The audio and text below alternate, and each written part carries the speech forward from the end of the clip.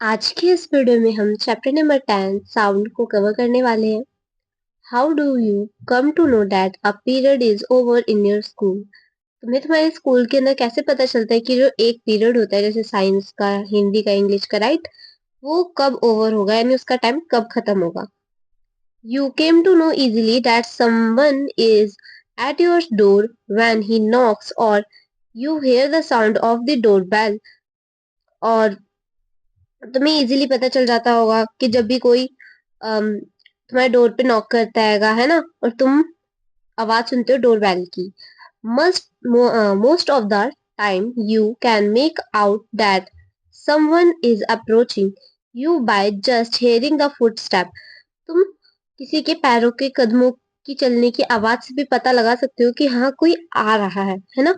You might have played a game called hide and seek. तुमने छुपन छुपाई वाला game भी खेला होगा. In this game, a person is blindfolded and has to catch the remaining players.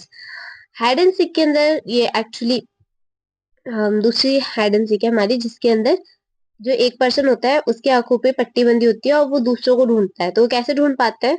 Sound से। So how is the blind folded person able to guess which player is close to her? Her यहाँ पे as a लड़की उसको माना गया जो person खेल रही है। Then sound plays an important role in our life. जो साउंड होता है काफी ज्यादा इंपॉर्टेंट रोल प्ले करता है हमारी लाइफ में। It help us to communicate with one another. ये हमें हेल्प करता है कम्युनिकेट करने में एक दूसरे से। We hear a variety of sounds in our surrounding. हम बहुत तरह की आवाजें सुनते हैं हमारे आसपास।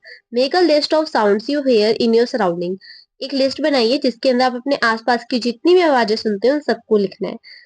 In the music room of your school, you hear the sounds produced by musical instruments like flute, tabla, harmonium etc.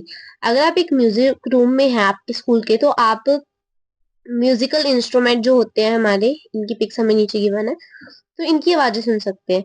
How is sound produce? Sound कैसे प्रोड्यूस होता है, ठीक है। How does it travel from one place to another? किस तरह से एक जगह से दूसरी जगह जाता है।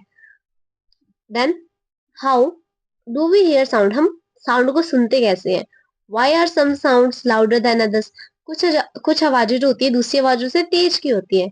We shall discuss such question in this chapter. और इसी चैप्टर के अंदर हम ये सारे क्वेश्चंस के आंसर जानेंगे। Sound is produced by vibrating bodies.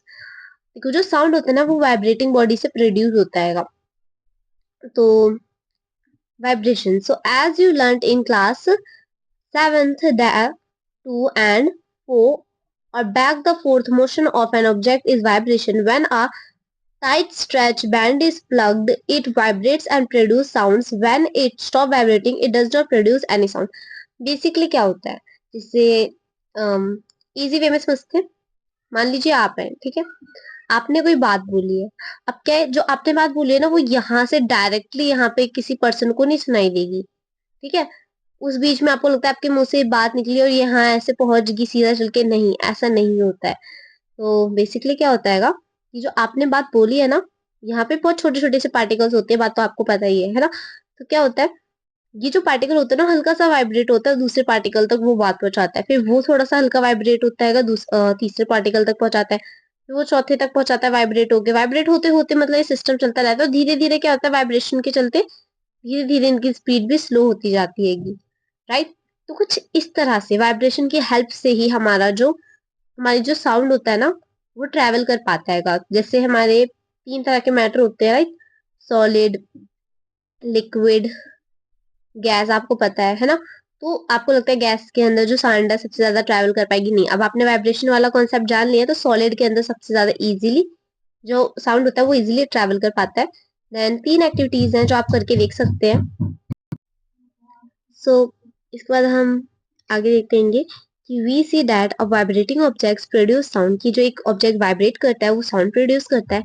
In some cases, कुछ केसेस में ऐसा होता है the vibration can easily visible to us, कि जो वाइब्रेशन होती है कि हम उसे आसानी से देख सकते हैं।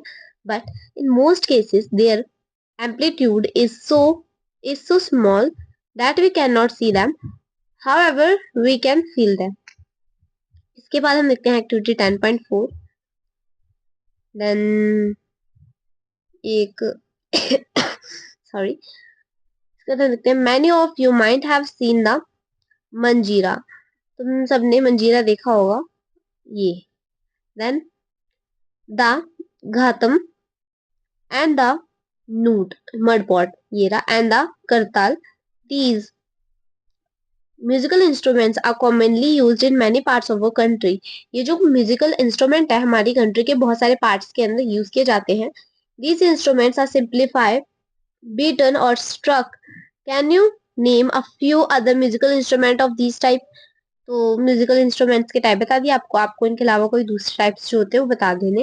एक्टिविटी 10.5 करके देख लीजिएगा। देन हम देखते हैं साउंड प्रोड्यूस बाय ह्यूमन। तो basically speak loudly for a while और सिंग अ सॉन्ग और बज लाइक अ बी।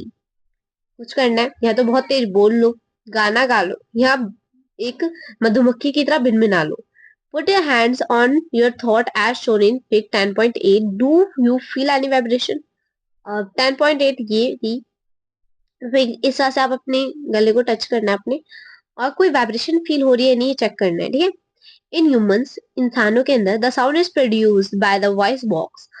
वॉइस का मतलब ये आवाज होती है, तो एक वॉइस बॉक्स होता है हमारे गले के अंदर, जिस वजह से जो आवाज होती है ना वो साउंड होती है कि वो प्रोड्यूस होती है, ठीक है।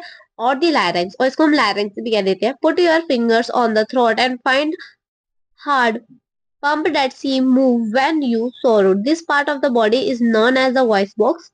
तो कुछ इस तरह से आपकी गर्दन के एक बम्प, हार्ड सा बम्प पार्ट होता है ना जो, वो वॉइस बॉक्स होता है। आप उसको टच करके देख सकते हैं, इजीली फाइंड आउट कर सकते हैं कि वो कहाँ है।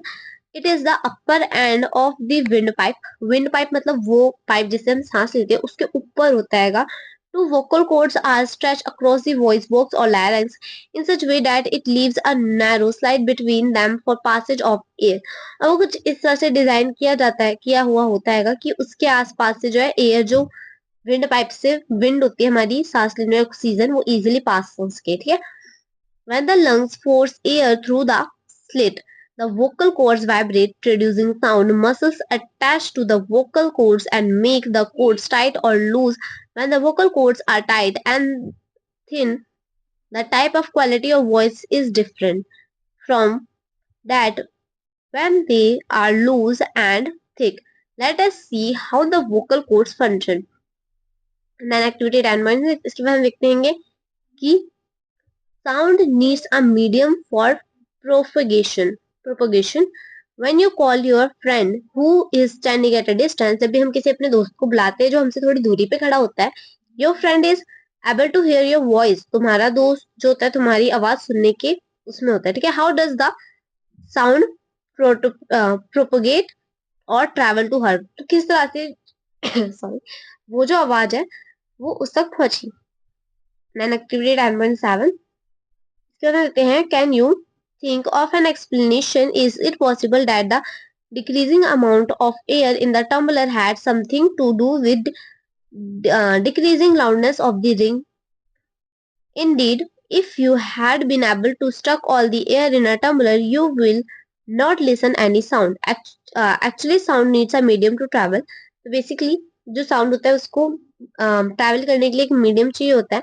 When air has been removed completely from the vessel, vessel मतलब कोई भी बर्तन, अगर आप किसी भी बर्तन के अंदर से जो है पूरी तरह से हवा निकाल लेंगे, it is said that there is a vacuum. तो हम उसको वैक्यूम बोलेंगे। वैक्यूम मतलब पूरा ही खाली है। जैसे मान लीजिए आप एक के पास एक पानी की बोतल है, लेट्स ट्राई इट। सो आप क्या बोलोगे कि ये खाली है? नहीं, उसके अंदर हवा है। अगर आप उसमें पानी भरोगे तो बबल्स उगेंगे, तो बबल्स के अंदर वो हवा आ रही है। यहीं पे फॉर एग्जाम्पल अगर हम उसे वैक्यूम बनाना चाहे तो आप क्या कर सकते हो, एक स्ट्रॉ लीजिए, यहाँ पे से उसको बंद कर लीजिए और यहाँ से उसके अंदर से जितनी भी हवा है सब खींच लीजिए, तो अब क्या बन गया, वो एक वैक्यूम बन गया, ठीक है। The sound cannot travel through a vacuum. Does sound travel in liquids? Let us find out. Then activity 10.8, 10.9 जो आप इजीली करके देख सकते हैं। इसके बाद हम देखते हैं कि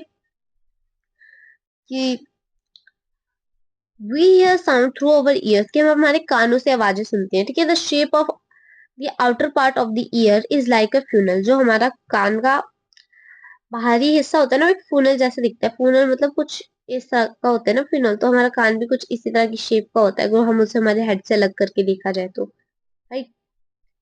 सो इसके बाद व्हेन साउंड एंटर्स, जब भी जो आवाज एंटर करती है, it travels down a canal at the end which there is a thin stretch membrane. It is called the andrum. एक पतली सी membrane होती है उसको हम andrum कहते हैं. It performs an important function, काफी ज्यादा important काम को करता है. To understand what the andrum does, let us build a tin can model of the andrum. And 10.10 के अंदर आप एक tin ये बनाओगे ताकि आप एंड्रम के फंक्शन को अच्छे से समझ पाओ. देन हमारे पास ईयर का पूरा प्रॉपर ह्यूमन ईयर का डायग्राम गिवन हैगा.